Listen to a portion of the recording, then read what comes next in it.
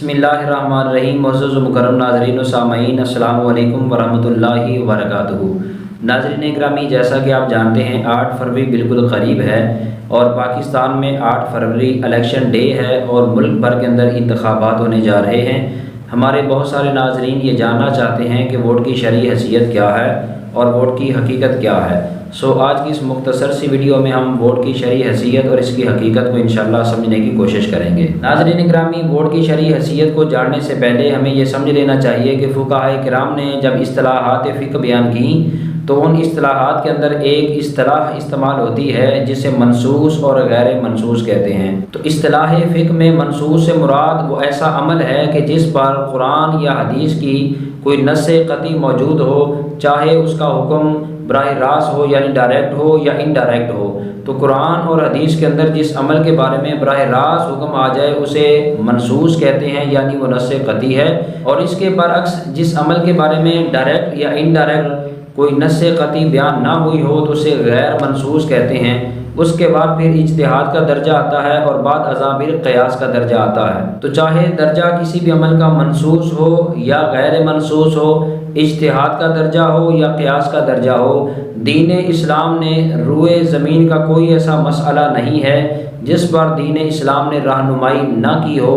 तो इस तनाज़ुर के अंदर अब हम देखते हैं कि वोट की शरई हैसियत क्या है। तो नाज़रीन ग्रामी, वोट की हकीकत और उसकी अहमियत को अगर शरीयत मुतहरा और दीन इस्लामिया के रोशनी में देखना हो तो फिर उसको 5 तनाज़ुर में देखा जाएगा, यानी उसके फिर 5 पहलूज बनते हैं, 5 एस्पेक्ट्स बनते हैं जिनके तनाज़ुर के अंदर वोट की हकीकत को देखा जाएगा। और उन 5 तनाज़ुर में से जिस तनाज़ुर में भी आप देखते जाएंगे और उन 5 एस्पेक्ट्स में से जिस एस्पेक्ट से भी आप देखते जाएंगे, वोट की अपनी एक अलग हैसियत और उसकी अपनी एक अलग अहमियत आपको नज़र आएगी। तो नाज़रीन ग्रामी, वोट की पहली हैसियत है शहादत। शहादत गवाही को कहते हैं और आप समझते हैं कि कुरान मजीद ने जा बजा शहादत के बारे में यानी गवाही के बारे में अहकामात बयान फरमाए हैं। यानी कुरान मजीद बुरहान रशीद ने दयानतदारी के साथ, ईमानदारी के साथ गवाही को ज़रूरत के वक्त देने का हुक्म जारी फरमाया है और गवाही को छुपाने से भी शरीयत ने बड़ी सख्ती के साथ मना किया है। तो वोट का सबसे पहला दर्जा है शहादत यानी गवाही का। अब ये जान लें कि गवाही एक वो हैसियत रखती है कि जब वो गवाही को देखा जाता है, सुना जाता है तो उसके अंदर कोई सकम हो, कोई कमज़ोरी हो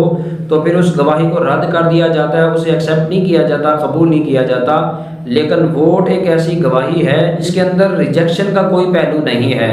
जब बंदा वर्ल्ड बॉक्स के अंदर वोट डाल देता है तो फिर उसको आगे रद्द करने वाला कोई नहीं होता।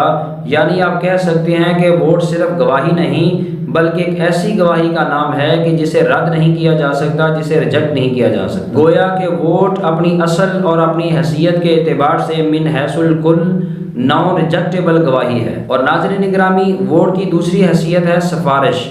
जब वोटर वोट डाल रहा होता है तो दरअसल वो जिसके हक़ में वोट डाल रहा है वो रियासत को ये सिफारिश कर रहा है कि जिसके बारे में मैंने अपनी राय का इजहार किया है दरअसल वो अवामी और कौमी ओहदा रखने के काबिल है और मैं उसकी ये सिफारिश कर रहा हूँ कि उसको इसके एलिजिबल रखा जाए, उसको अहलियत दी जाए, उसे ये ज़िम्मेदारी अता की जाए। और इस एतबार से वोट की दूसरी हैसियत सिफारिश की है। और नाज़रीन, तीसरी इसकी हैसियत है वकालत की। जब वोटर किसी भी कैंडिडेट के बारे में वोट डाल रहा होता है तो दरअसल उसकी गैर मौजूदगी में उसकी वकालत कर रहा होता है, उसके उस मुकदमे की पासदारी कर रहा होता है और उसकी अहलियत को साबित करने के लिए उसका वकील के तौर पर सामने आता है। तो इस एतबार से एक कागज़ का टुकड़ा, कागज़ की वो पर्ची जिसे वोट कहा जाता है, उसकी तीसरी हैसियत वकालत की आती है। और वोट की चौथी हैसियत है अमानत। जैसा कि अमूमी कहा भी जाता है कि वोट एक अमानत है, तो इसको अगर जुज़वी एतबार से देखा जाए तो हुज़ूर नबी अकरम सल्लल्लाहु अलैहि वसल्लम ने अमानत के बारे में आप जानते हैं जा बजा अहकामात जारी फरमाए हैं और फरमाया है कि अमानत के अंदर ख़यानत भी ना की जाए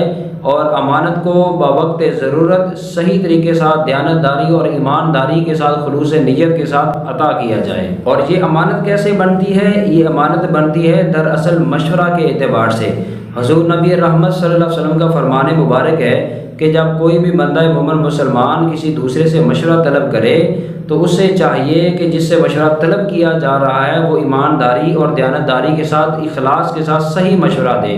تو گویا کہ جب بندہ ووٹ ڈالنے کے لیے جاتا ہے تو ریاست اس سے یہ مشورہ طلب کر رہی ہوتی ہے کہ تم اس بارے میں ہمیں مشورہ دو کہ کون سا بندہ قومی ذمہ داری عوام الناس کے حقوق و فرائض نبھانے کا صحیح ایلیجیبل ہے، ذمہ دار ہے۔ تو اس وقت ایک ووٹر کاغذ کے ٹکڑے اور ایک کاغذ کی پرچی کے ذریعے انہیں یہ مشورہ دیتا ہے کہ میں اپنی یہ رائے اور اپنا مشورہ یہ دیتا ہوں کہ فلاں شخص اور فلاں کینڈیڈیٹ اس کے بارے میں صحیح طریقے سے اپنا حق ادا کر سکے گا۔ تو اس اعتبار سے یہ مشورہ ہونے کے ناطے امانت ہے اور اس کو دیانتداری کے ساتھ ادا کرنا یہ حکم شریعت ہے۔ ناظرین گرامی، اس کے بارے میں پانچواں اور آخری جو پہلو ہے وہ ہے قضا۔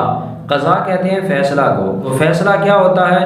گویا کہ یہ ایک ڈومین ہے جو ہر 5 سال کے بعد عوام کو دی جاتی ہے اور عوام اپنی اظہار رائے کرتے ہوئے اس ڈومین کو نبھاتے ہیں اور یہ ثابت کرتے ہیں ملک کی ذمہ داری، عوام الناس کے حقوق و فرائض ہماری آنے والی نسلوں کے اور پوری ریاست کے معاملات چلانے کے لیے فلاں شخص جو ہے وہ بالکل صحیح معنی کے ساتھ حقدار ہے، ایلیجیبل ہے، ذمہ دار ہے اور وہ اس میرٹ پر پورا اترتا ہے۔ تو ایک ووٹر دراصل اس کاغذ کی پرچی کے ذریعے یہ فیصلہ سنا رہا ہوتا ہے کہ میری طرف سے یہ فیصلہ ہے کہ فلاں شخص کو یہ ذمہ داری دے دی جائے۔ تو فیصلے کے بارے میں پھر قرآن مجید اور فرامین نبوی صلی اللہ علیہ وسلم یعنی احادیث مبارکہ میں بھی بڑی سختی کے ساتھ یہ احکامات نازل ہوئے ہیں کہ فیصلہ کرتے وقت پوری دیانتداری اور ایمانداری کو ملحوظ خاطر رکھا جائے اور فیصلہ ون سائیڈڈ نہ ہو بلکہ فیصلہ بھی میرٹ پر کیا جائے۔ تو اس اعتبار سے پھر گویا کہ ووٹر جب ووٹ ڈالتا ہے تو اسے اس بات کو ذہن میں رکھنا چاہیے کہ یہ صرف ایک کاغذ کا ٹکڑا یا کاغذ کی پرچی نہیں ہے، بلکہ یہ میرا ایک ایسا فریضہ ہے اور ایسا میرا فیصلہ ہے کہ جو فیصلہ کسی اہل کو اس کی ذمہ داری بھی دے سکتا ہے، اس کی اہلیت کے مطابق اس کو منصب بھی دے سکتا ہے، یا اس کے برعکس کسی نااہل کو اتنے بڑے منصب اور فریضہ پر بھی براجمان کر سکتا ہے۔ تو بس معلوم یہ ہوا کہ ووٹ ایک کاغذ کی پرچی یا کاغذ کا ایک ٹکڑا نہیں ہے، بلکہ ووٹ براہ راست ایک شہادت ہے، ایک گواہی ہے، ووٹ براہ راست وکالت ہے، ووٹ براہ راست سفارش ہے، ووٹ براہ راست امانت ہے اور ووٹ براہ راست فیصلہ ہے۔ تو خلاصہ کلام یہ ہے کہ ہمیں اس پر بڑی ذمہ داری کے ساتھ انفرادی اور اجتماعی طور پر اپنا مثبت کردار ادا کرنا چاہیے تاکہ ہمارا تھوڑا سا غلط فیصلہ کہیں ہمیں اور ہماری آنے والی نسلوں کو بہت بڑے نقصان میں نہ ڈال دے۔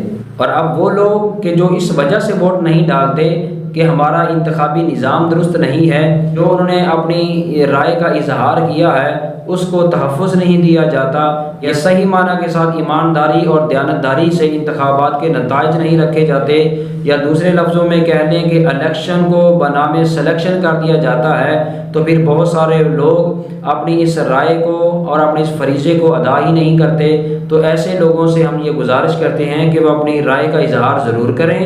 باقی رہا یہ معاملہ کہ اگر ادارے اس کے اندر کسی قسم کی کوئی دھاندلی کرتے ہیں، کرپشن کرتے ہیں، تو اس کا پھر وہ فریضہ اور ذمہ داری ان پر عائد ہوتی ہے۔ کل قیامت کے دن اللہ اور اس کے رسول کی بارگاہ میں ان کا ضرور احتساب ہوگا اور وہ ضرور اس کا حساب دیں گے۔ والسلام علیکم ورحمۃ اللہ وبرکاتہ۔